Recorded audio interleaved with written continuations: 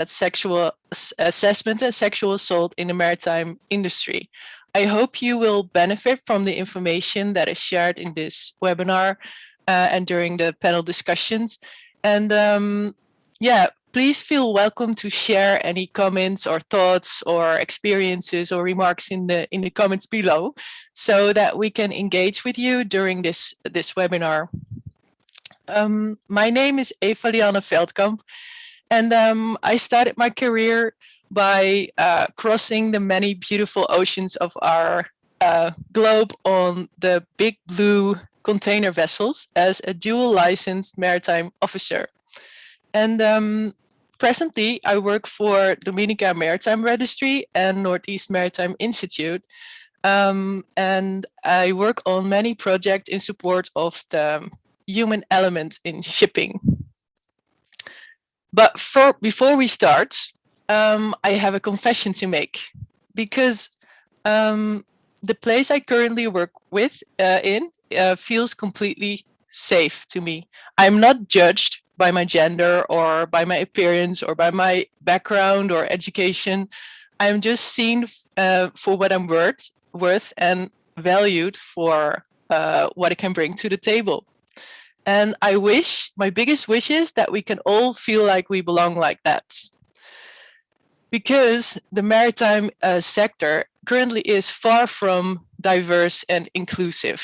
An estimate percentage of women working on board of the global merchant fleet is only 1.2%. That's only 1.2%. So that means that we currently miss out on all that women and other minority groups can offer, right? And that is really a pity. So how can we bring this women on board? Well, I asked myself this very question a while ago, and I felt, to be honest, a little bit reluctant to urge or inspire other women to work in the maritime sector, because I know that it can sometimes be or feel very, very unsafe. And so we have to start making maritime workplaces more psychologically safe, so that it can have a positive effect on operational safety and security. And this is exactly where we are talking about today with this great, fantastic group of people. So please let me introduce you to Anne Till, Eric Dewicki, Julian Carsonjackson, and Jeanine Drummond. Hi, welcome everybody. So please introduce yourself if you like, and let us know why this subject or this topic of diversity, inclusiveness, and equity is so important to you. Jillian, would you like to start? I am very, very happy to start. Thank you so much for putting this together and putting together such an excellent panel.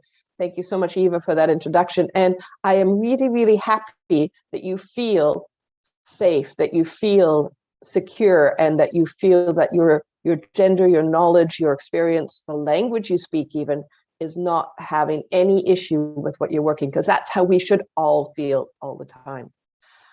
My name is Julian Carsonjackson, and I started my career in the Canadian Coast Guard.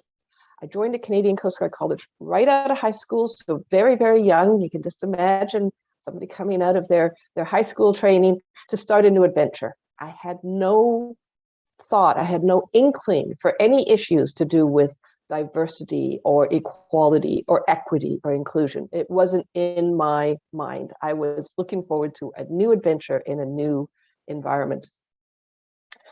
But I was the victim, and I did not feel safe. I was the victim of harassment and assault, and it was specifically because of my gender. And I just didn't know what to do. In fact, in the beginning, I didn't even realize it was happening. It was just so insidious. It was so expected. And I felt that I was being singled out, that I was the issue, and that I had to work harder. I had to prove my way. it was me. So I had to do everything to make it better. I felt alone. I felt no one else was having this issue, and I didn't know where to turn. So I really didn't come at this issue thinking about it. But what is interesting is that that happened so long ago, and this is why I feel so strongly about this issue. This happened in the 1980s, and this is now 2022. What I am really disappointed in is I'm still seeing it happening. Back then, I would see others report, and they were then identified as being the problem. I saw that if I was to say anything, I would be singled out, and it would be even worse for me. So over the years, I've realized, though, I wasn't alone. There are so many who have suffered in this area, and not just women. So this issue of having a diverse and equitable, having quality within the workplace is very broad. What is interesting, though, is that after almost 40 years, I still feel that pain. So if we're thinking about psychological safety versus physical safety, I've been wounded, I've had pains, I've had aches, they get better. From a psychological safety point of view, 40 years in the industry, 40 years later almost, and it still is very, very raw. It's still a real issue. This is why we must do better, and why I am so grateful for the work that has been happening around sexual assault and sexual harassment specifically, but also more broadly around diversity, inclusion, equity, and providing that concept that everyone feels equal and can bring their authentic self to work. Thank you. Thank you, Jillian, for those nice words. And now maybe Jeanine, you want to tell something about yourself and about the topic? Yes, thank you, Eva, and thank you, Jillian. For me, I embarked on a maritime career nearly 30 years ago here in Australia, and have and really enjoyed my maritime career. I've gone from cadet to master at sea, and then from tug master to harbour master ashore, with a good amount of diversity in the roles that I've been able to take on secondment basis in commercial and operations. I now have my own business where I'm managing director and principal maritime advisor, and this gives me an opportunity to be able to spend more time on the areas that I'm very passionate about. And for today, this includes maritime, diversity, equity and inclusion. But why is it important to me? And I've had such a wonderful career, and it's had its ups and downs like everyone. But I look back a few years ago when I took on some of the most senior roles as harbour master in the busiest ports in the world, and looked back at my career and those around me, and I discovered there wasn't too many more women coming. The representation of women in this industry was not that much better than it was a few decades earlier. And it really hit home to me as to why I could see this now, but I couldn't see it as I was moving through the ranks and moving through my roles. But it was a really important time for me to look back and talk with the people joining the maritime industry in the last few years, because they have a different outlook and a different view of what's appropriate workplace behaviours. Some we tolerated, accepted, and knew no better when I started. But that's no longer acceptable in 2022. And our workplaces need to be able to be inclusive. They need to be able to accept the diversity that people bring, not just in their own personal backgrounds, but in the skills and experiences that they have. When we have a truly inclusive culture, we have the opportunity that provides for the psychological safety for people to speak up, look after their own mental and physical well-being. But as importantly, for an industry, it reduces incidents of operational safety when people feel comfortable, no matter what their position is, to make inquiries, ask questions, to be able to learn, have a learning and just culture. So I'm very passionate for our industry and the future generations that are coming, that we embrace diversity, equity, inclusion, and deliver workplace cultures that allow us to thrive and deliver the successful maritime future. So I hope I can contribute to this conversation today. Well, I'm sure you do. And thank you for this nice introduction and words. And maybe we can go to Eric. Can you introduce yourself, please? Hi, thanks, Eva. I'm Eric Dewicki, and I'm president of Northeast Maritime Institute. And honestly, here to not only speak about what I believe to be as something that's very important, but to learn a little bit. I'm a mariner that came up the hawse pipe, as we say, and literally started at the lowest rank on the vessel and went up to third officer before I went into ship management. And I've seen a lot, and I've seen a lot at every level. But I saw through the lens of a male that is the youngest of 5 boys. And my father was a mariner, and my grandfather was a mariner. And, I'm not sure I quite understood, how we were supposed to act, especially being the youngest of 5 boys. And so, when you talk about creating a culture in an environment, I think, within the companies that we have, and certainly the college, the institute, the culture is really through the respect that I have. We run a maritime institute that is actually managed by a family. And so as weird as that sounds, in 2022, we've kind of gone way back to 100 years ago, and we're operating this institute like maritime institutes were operated in the United States anyway, 100 years ago. I look at my wife, who is has her doctorate in higher education. She's a biomedical engineer with a bachelor's and master's degree. And I look at my 2 daughters, and I look at my mom, who really raised 5 boys while my dad was off at sea by herself. And my perspective on women is the women in my life are really strong, powerful women. And, I wouldn't have imagined crossing the line, not only in that regard, but for others to witness that type of behavior. And so when I went to sea, I had to really reflect back on the behaviors and the conditions that existed when I went to sea back in the late 80s, mid 90s. Mariners really, the behaviors, the culture, the conditions were not acceptable.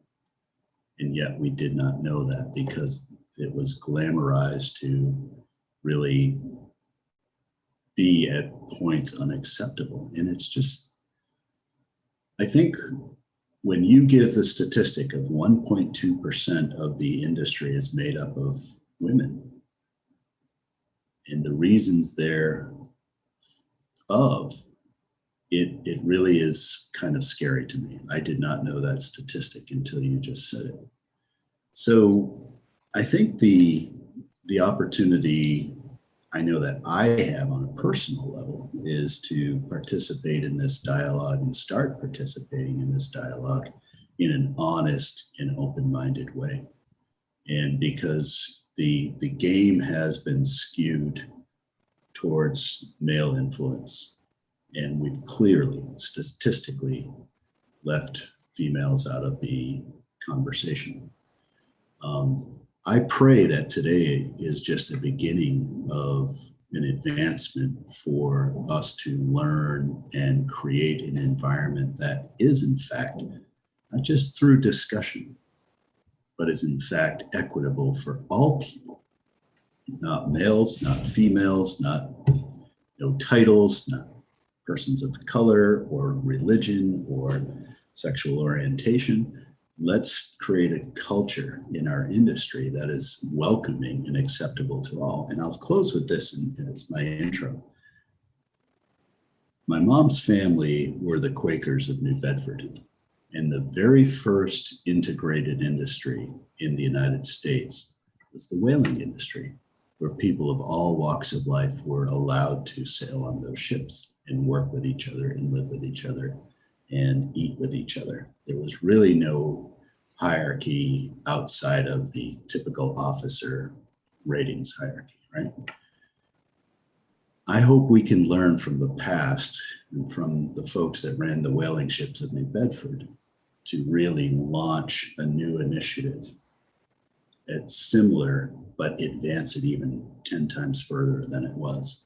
And Eva and Jillian and Jeanine and Anne, I applaud what you're doing, and really, as much as I'm looking forward to very carefully understanding this conversation, really as somebody that needs to create regulation around this, I hope I learned tonight, and I hope every male watching this presentation is open-minded enough to really start to think, how would they be affected if they were put into the same position? And really, I applaud what you're doing, and thank you. I thank you for my daughters, really. Thanks. And just on the percentage, that was 1.2% of women working on merchant ships globally. So that's excluding the cruise industry, and it was an estimate, so it's not even properly recorded. So that just leaves us to Anne. Could you please introduce yourself and tell us a little bit about why diversity, equality, equity, and inclusion is important to you? Yep. So I'm Anne Till. I feel like the spring chicken a little bit on this panel because I only went to sea 22 years ago. So I do feel really young tonight. Like most, I also went to sea straight from school. I was 16.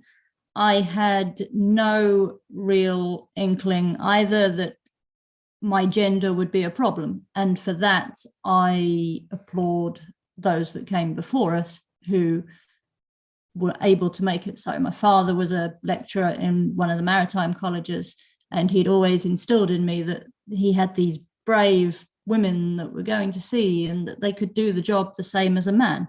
So I grew up believing that women were at sea and they did the job just as well. And I had probably went to sea with this slightly naive view that it was an equitable industry and I would have no problems. It took around 2 months on being on my first ship when I tried to report a negative incident that was happening on board, a negative sexual incident, and my HR manager turned around and told me that it was my fault because I was a woman at sea. And in fact, my father should never have sent his daughter to sea, certainly not at 16, and I needed to deal with it myself. And that pretty much set the tone for how I spent the rest of my seafaring career, certainly.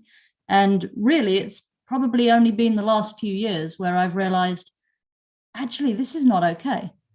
And I spent probably the best part of 20 years sort of watching on the fringes for the occasional discussion that was being raised about gender in the industry. And I felt a little bit uncomfortable because at the end of the day, we all just want to be accepted for who we are as fellow shipmates, as fellow colleagues in the industry. And I felt a little bit uncomfortable that there was this singling out of women and it might be a women problem. So I didn't really get too involved. And then it was about 2 or 3 years ago where I started to realize, no, we need to do more.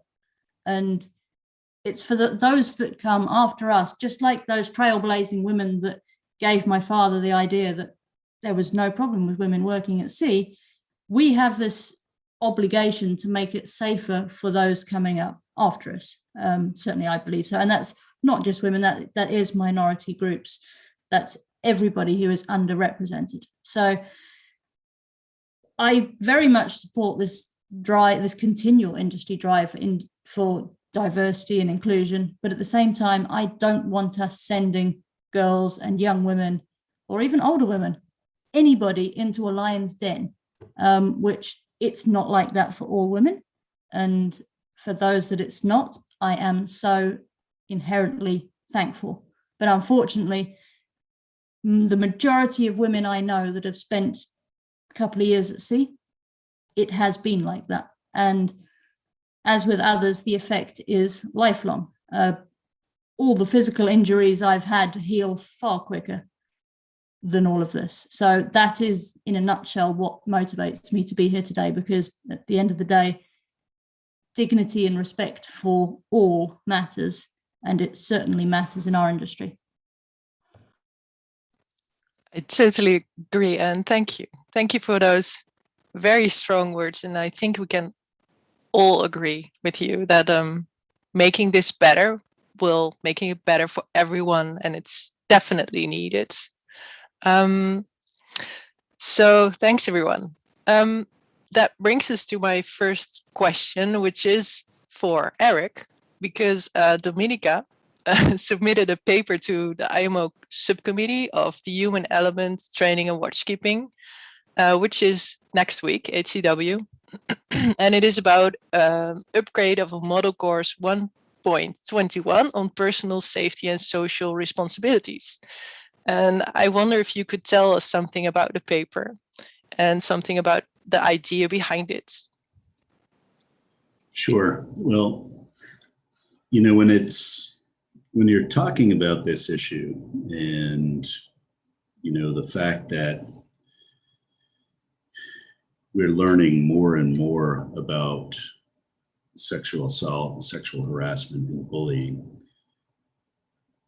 and really the lack of open-mindedness towards diversity that has existed traditionally in the industry.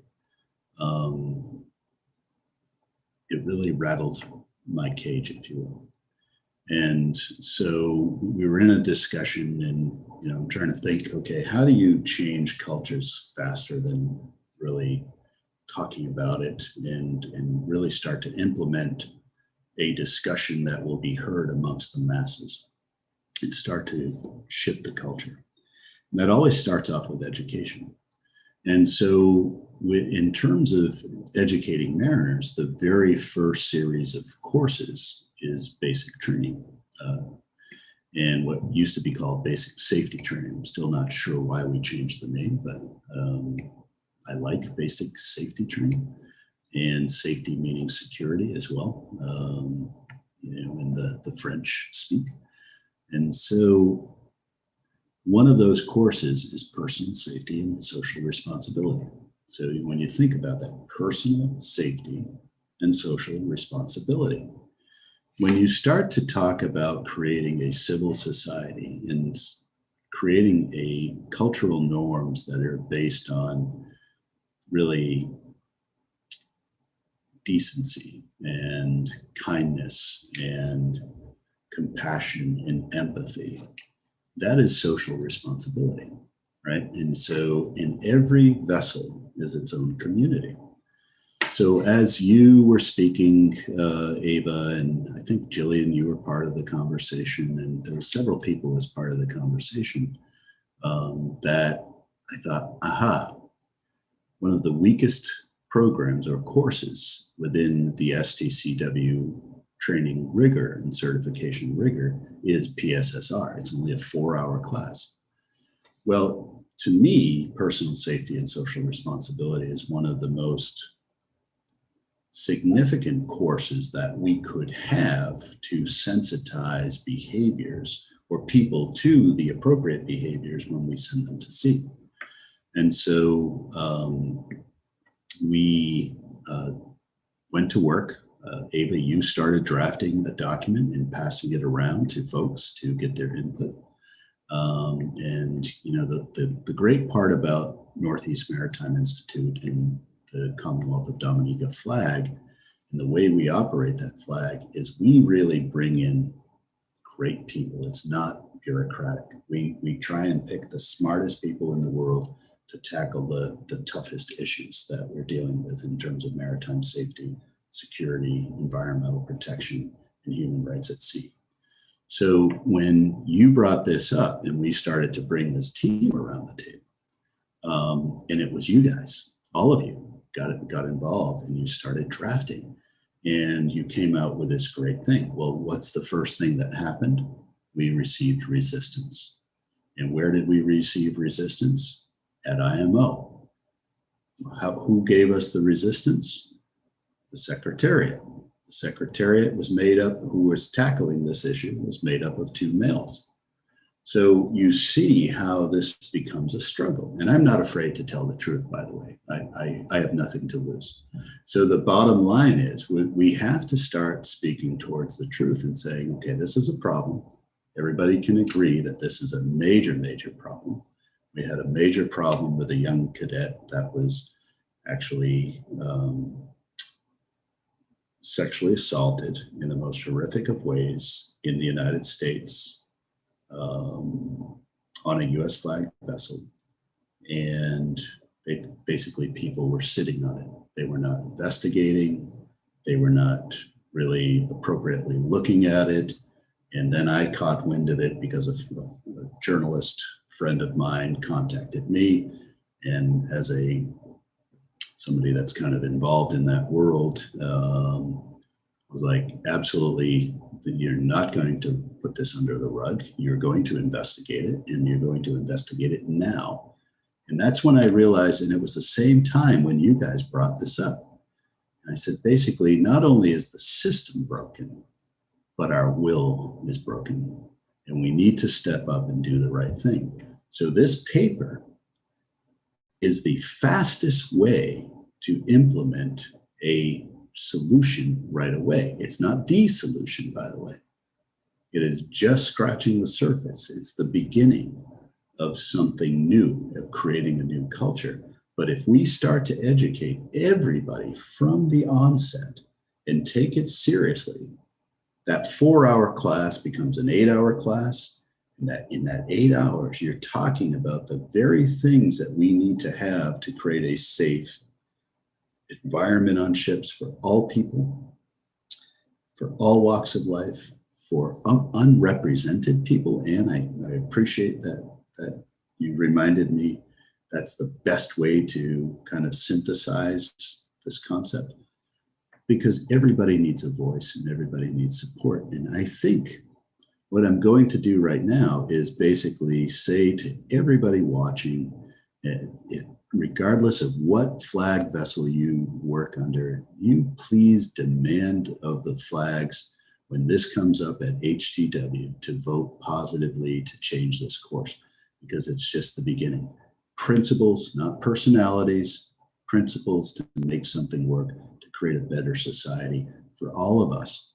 A safer environment for one or two is not acceptable. A safe environment for all does just that. It creates safety for all of us and really harmonizes, again, getting back to the way we operate ships, safely, efficiently, and cost effectively. It benefits everybody. And hopefully I answered your question. Yeah, you sure did. Thank you. And I feel so honored and happy to be able to work with you and everybody on this great initiative. And we'll just scratch the surface, but it's a nice beginning, and hopefully it inspires, as you said. So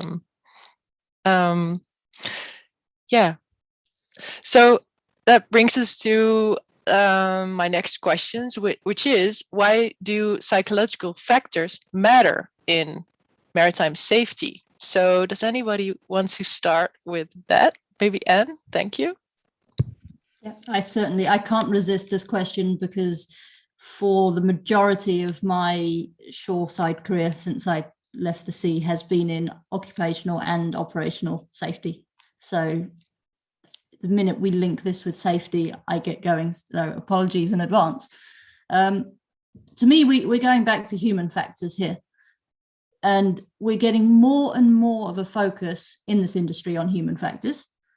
We're starting to see, and we are lagging behind some other industries, but we are starting to see that human factors are a vital cog in what makes up this very simple but very complex word called safety. And some years ago now, actually, CHIRP, the CHIRP reporting scheme, they analysed 12 years worth of near-miss reports. And they came up with the deadly dozen human factors related to maritime, which is a concept that we'd seen previously in aviation, but this was based on maritime incidents. So this was hard facts analysing safety-related incidents of all types. And when you start to dig into those factors, you see very quickly that psychological safety and the risks of psychological safety limiting the performance of people risks safety, whether that is physical safety for an injury, whether that is a shipping casualty. This risks safety. People do not work well under stress, in fear, wondering when they're next going to be assaulted.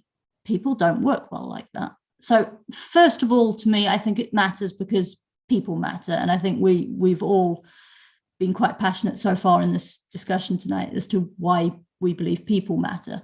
And Jillian's point in her introduction, actually, I agree. We have a lot of statistical scrutiny. We have lost time incident rates. We are very good in this industry at scrutinizing physical injuries. And we'll make sure that the person's broken leg has healed before they go back on a ship.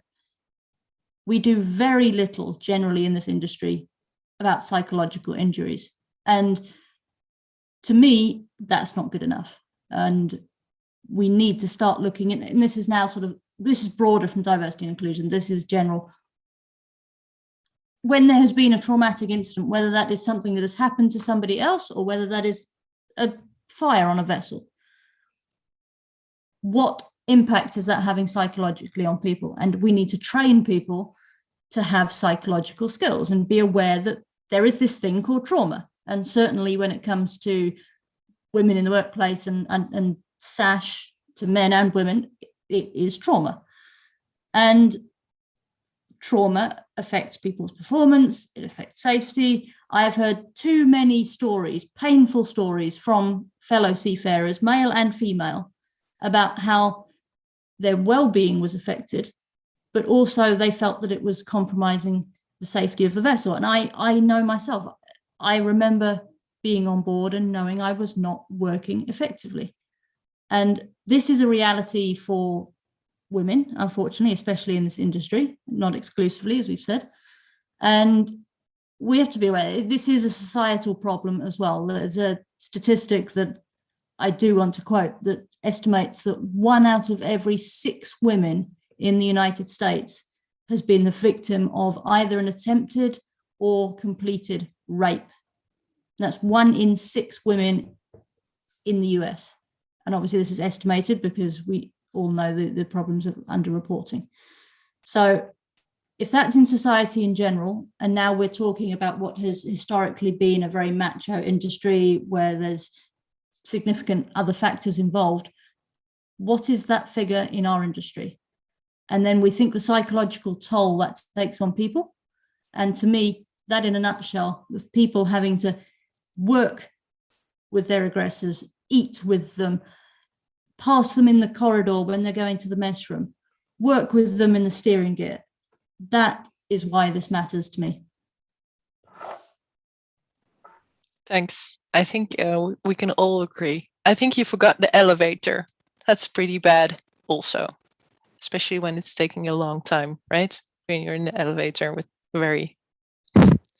And I also think that it's not only then about the SASH thing, which is sexual assault, sexual harassment for the people who don't know, but it's also maybe in the more softer thing about bullying as well.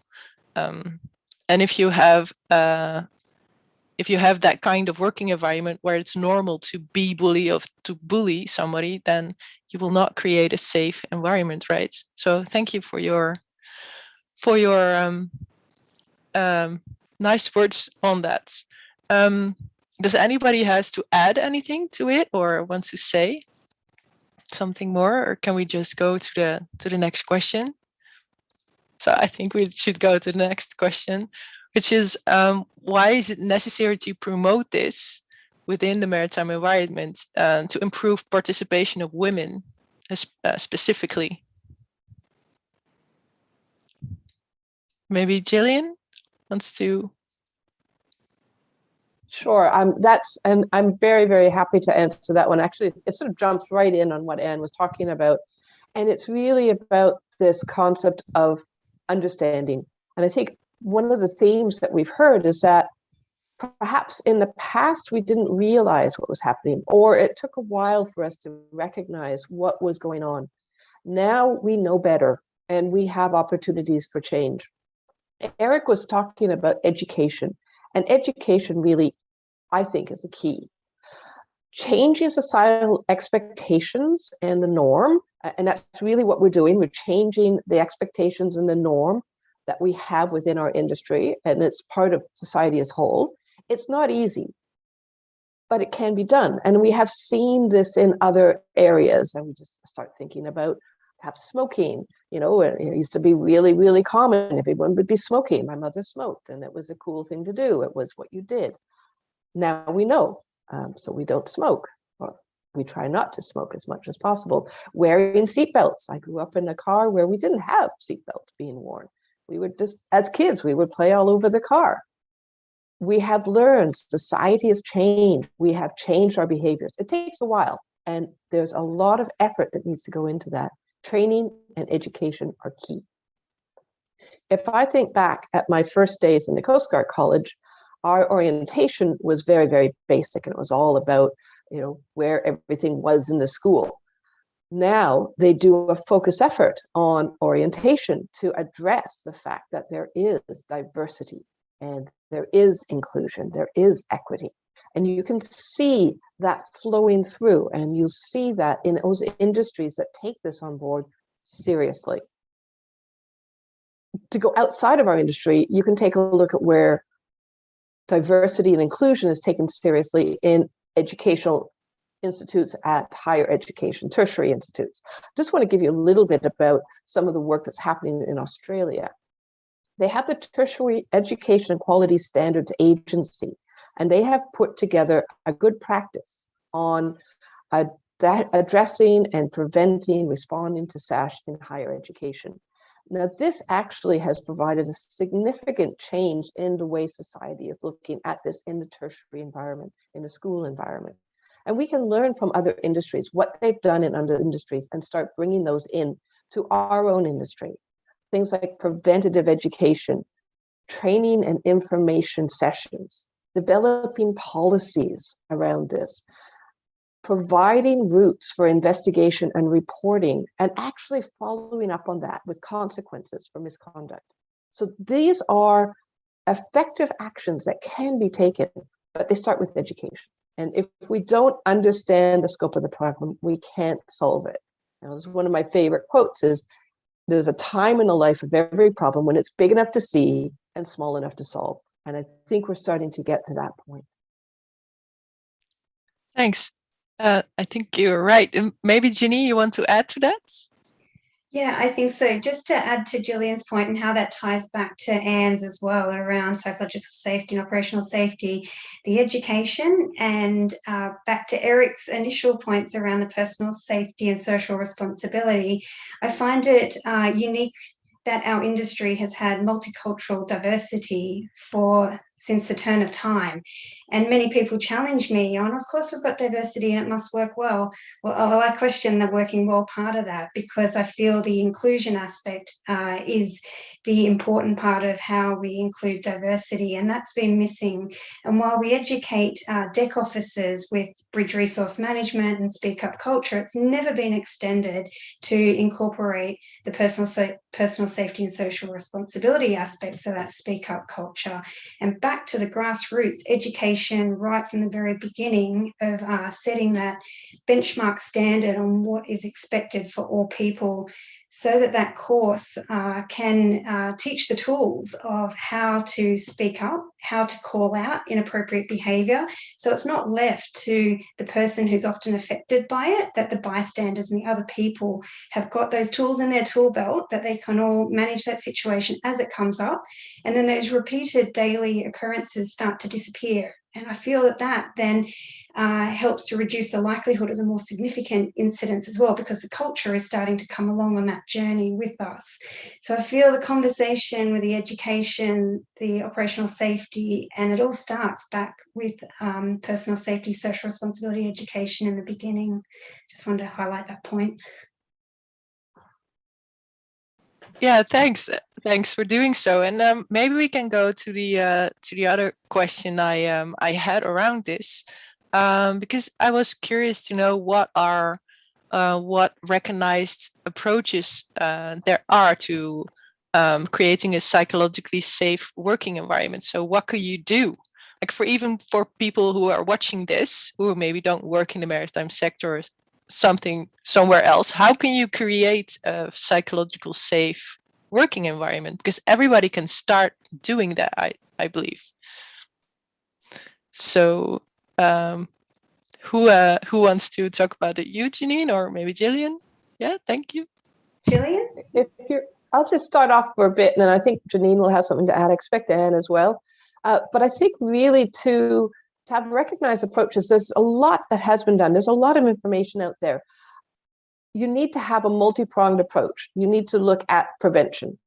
And within that prevention, you also need to look at the education, and that's where we're coming at it. So it's really like almost the first step along the line.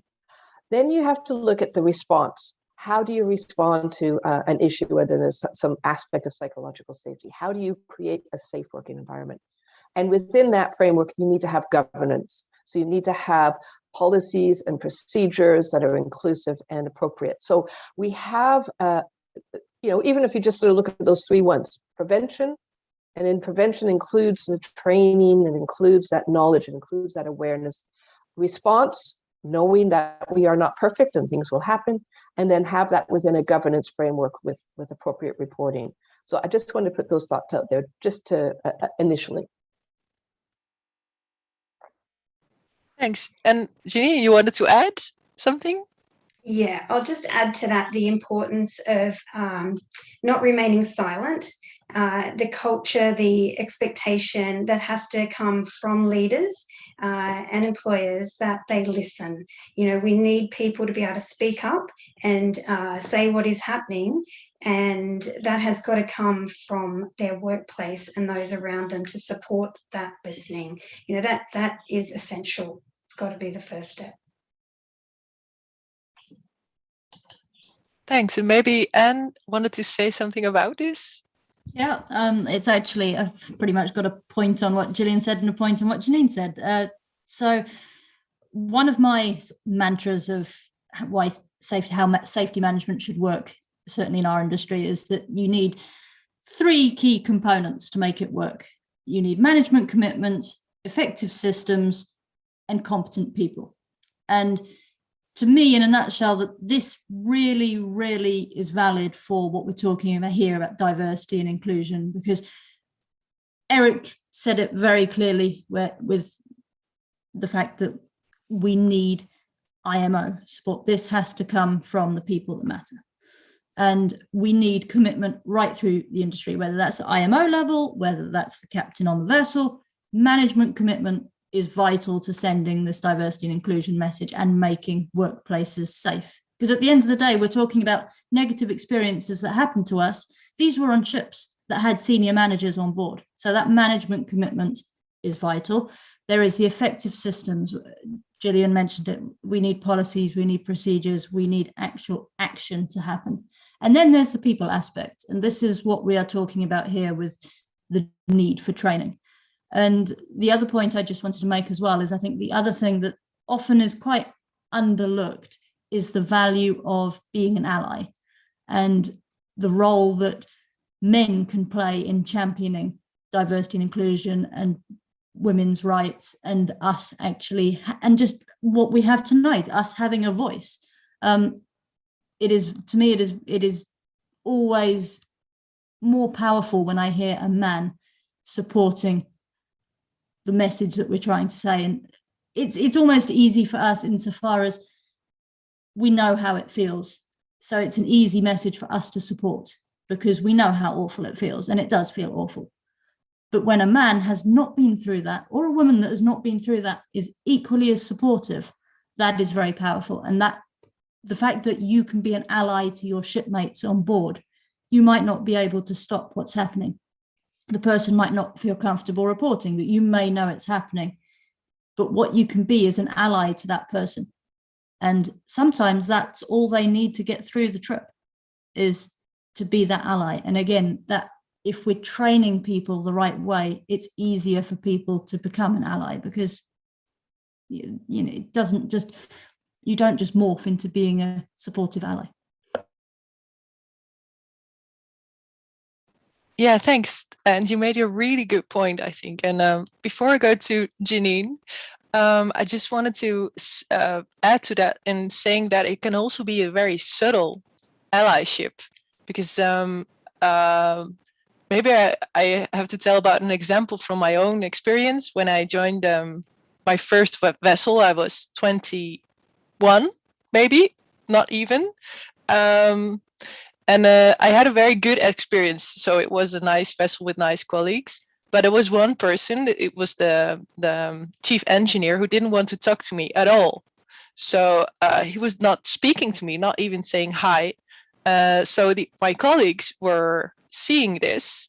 So they asked him, why don't you speak to her? So, and he replied, in my presence, right?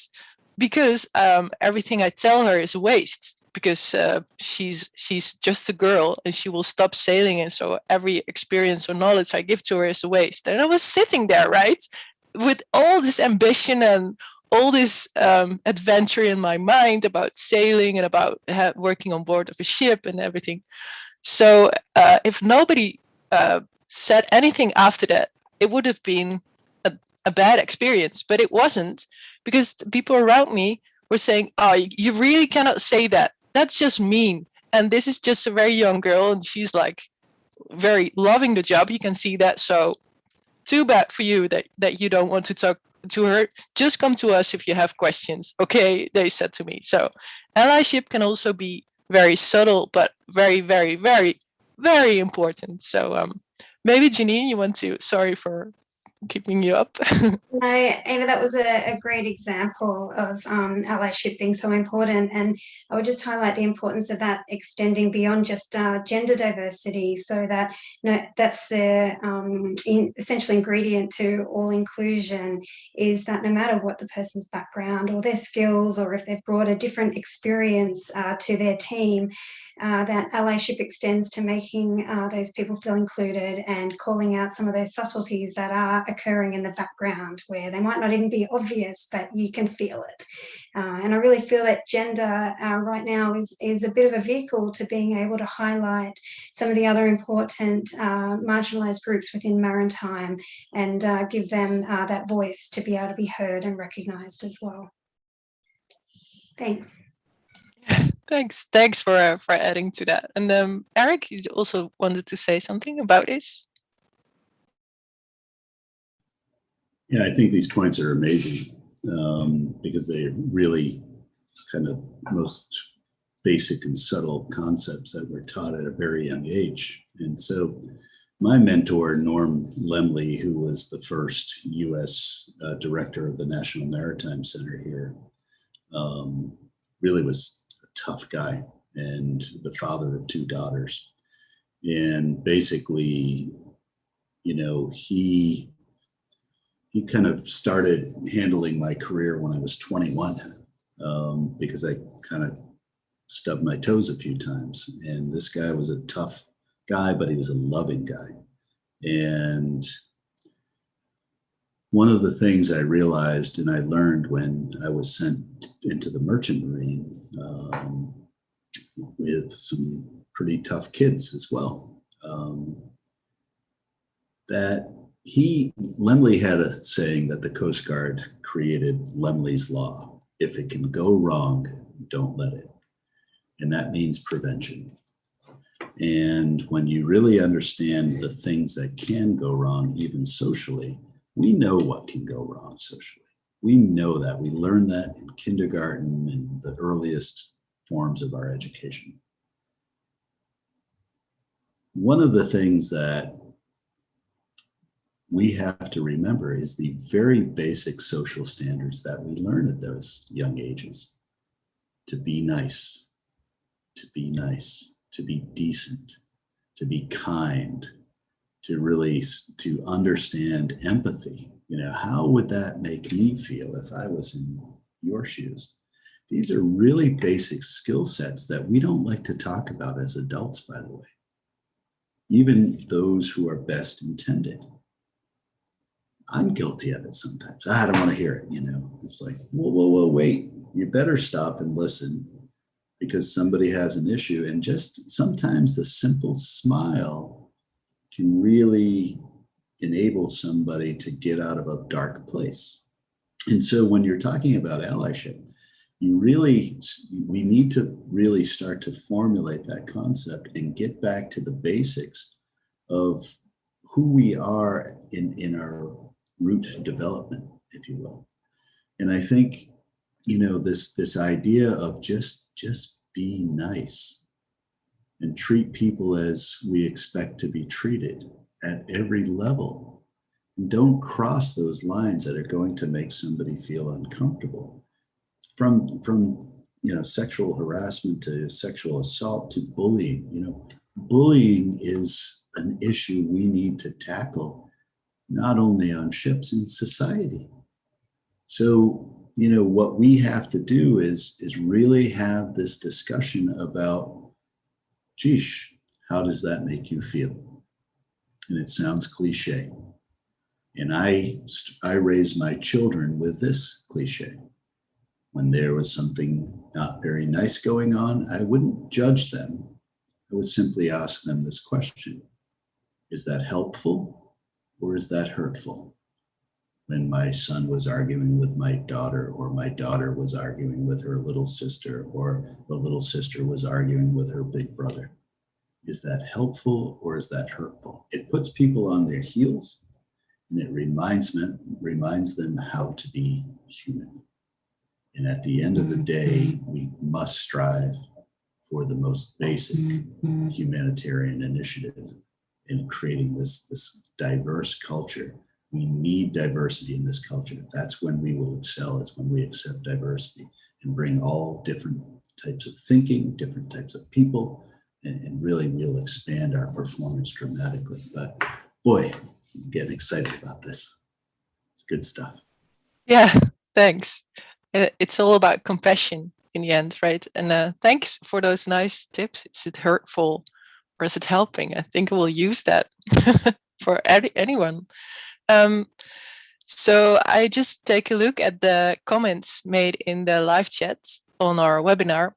And I just seeing some really nice comments. So thank you everybody for commenting and reacting. There was a question from My Ocean Life, which is, I think, maybe Nicola Gribben from My Ocean Life, the online community, free community for seafarers. So she says, how do we help seafarers to speak up when what they are feeling may be invisible to others? It's easy to see a broken leg, but not a psychological trauma. So does anybody wants to answer that? Maybe Anne, thank you. Yeah, I'll happily take that point. From personal experience, to me, this is looping back to exactly why the group of us got together and realized that training is so vital in being a part of the answer. Because I will admit that I was well into my 30s when and did not know that there were 5 responses to trauma. So we all know fight and flight, but I was probably 36, 37 before I learned that there were also 3 others: freeze, flop, and fawn. Now, I didn't know that, and if I had known that when I was going through various experiences, it's these simple things that might have actually encouraged me to either speak up, realize that it's not just me, because it was there were some very isolating experiences. It's typically the only woman on board. It's always the only woman on board when some of these incidents happened anyway. And I didn't really know many other women in the industry. And even if I had, I don't think it was the sort of thing that we talked about. And we've seen how society has certainly over the last decade has made good strides in this. And we had movements like the Me Too movement, which probably started me off on my journey to realize that having a voice was powerful. So I would like to think that it is less invisible now. But I would also like to think that this is why it's so important that we provide training so people understand what it is that if they go through a trauma like this, the fact that it's not just them and their response is normal, and it may feel invisible, but it's really not invisible. And yeah, to me, we come back to compassion and empathy and what Eric said, it all ties together as to why it's so important. Yeah, I think, I totally agree. And it also helps to just talk about it. Even just very minor things can help, like a smile. So thanks. And Jeanine, you want to say something about this? Yeah, just to add to that on a much broader level, and how important it is for industry and governments to really look at their workplaces. So there is responsibilities and obligations that they have in the countries around the world. And here in Australia, only this week, Rio Tinto made available a public report on an internal cultural review that they've completed over the last 12 months, where they identified that their global workforce have about half of their global workforce have been bullied at some point in the last 5 years. And bullying in that workplace was normalised, which was totally unacceptable. And their CEO has offered the apology and is taking on the 26 recommendations for that global organisation to make a true difference to their internal culture.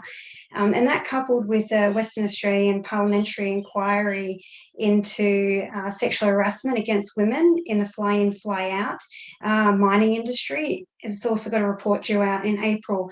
But they're identifying the systemic issues that organisations, regulators, need to be able to take those learnings and put them into place immediately. Like, that is the way to get worldwide effect and share that information. Making that report public by Rio Tinto is an amazing step forward, and they deserve to be recognised for that. Yeah. Thanks. I think you're totally right. And you just explained very well why commitment and support from everyone is very essential to realize this more sustainable and equitable industry, right? So thank you for that. And I see we are closing in on the hour now. So if you don't mind, I will ask if anyone has nice closing remarks or want our audience to take something home or take something lessons learned.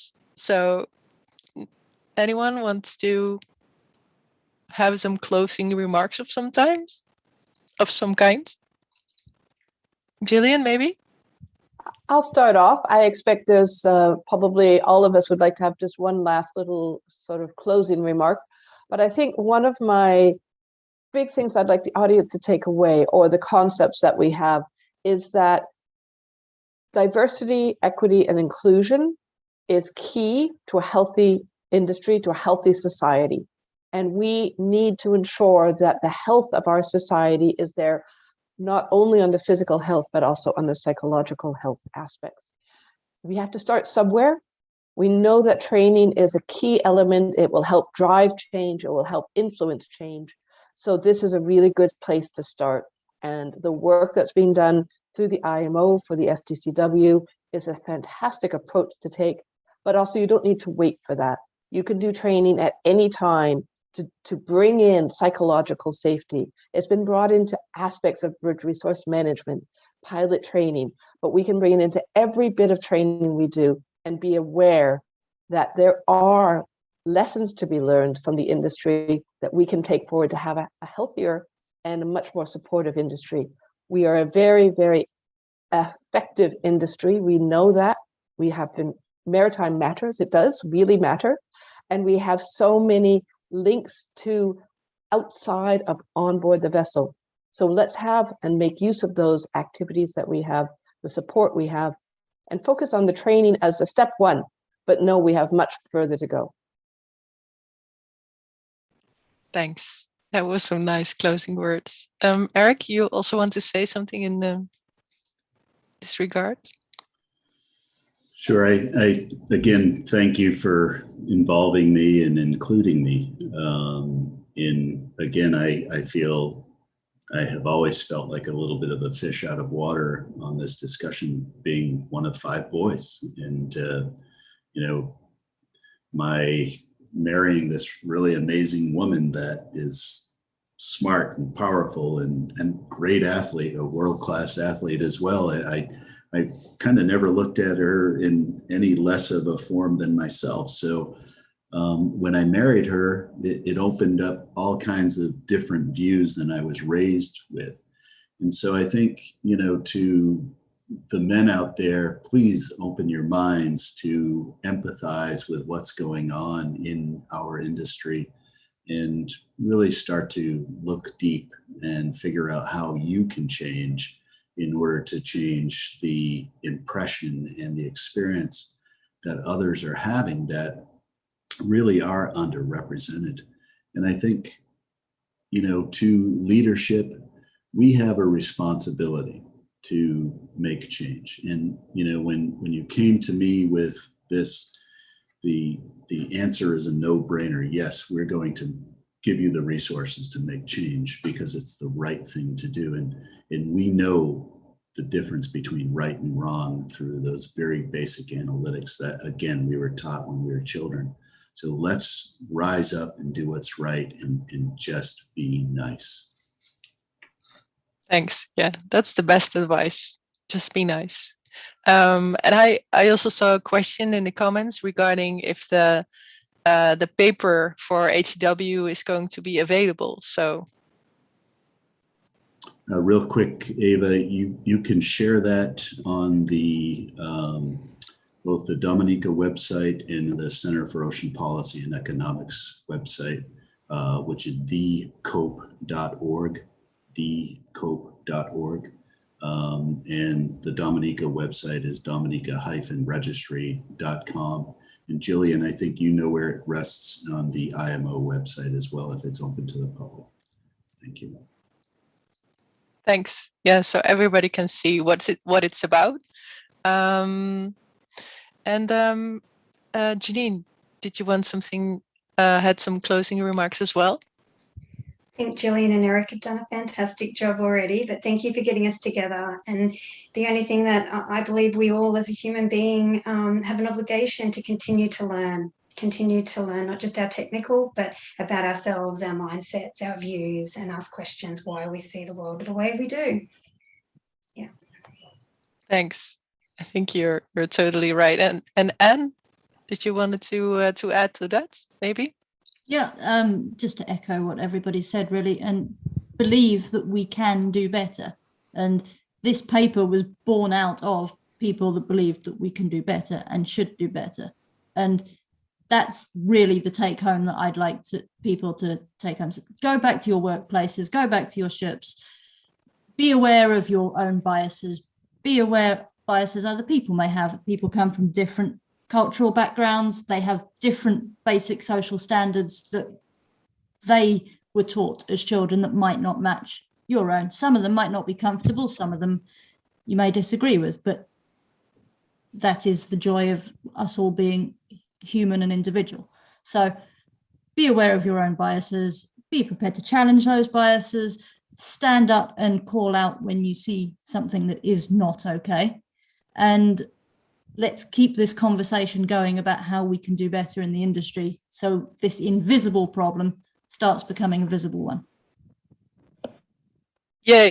I just want to give you all an applause. So thank you very, very much for participating, everyone, and for supporting all of us, right, in the maritime industry. And thank you so much for joining as well and taking a look at this webinar meeting. So yeah, I hope that you can keep this conversation alive and that we can keep making this more visible so we can build a better future for us all. So thank you very much for watching. Yeah, and have a great rest of your day.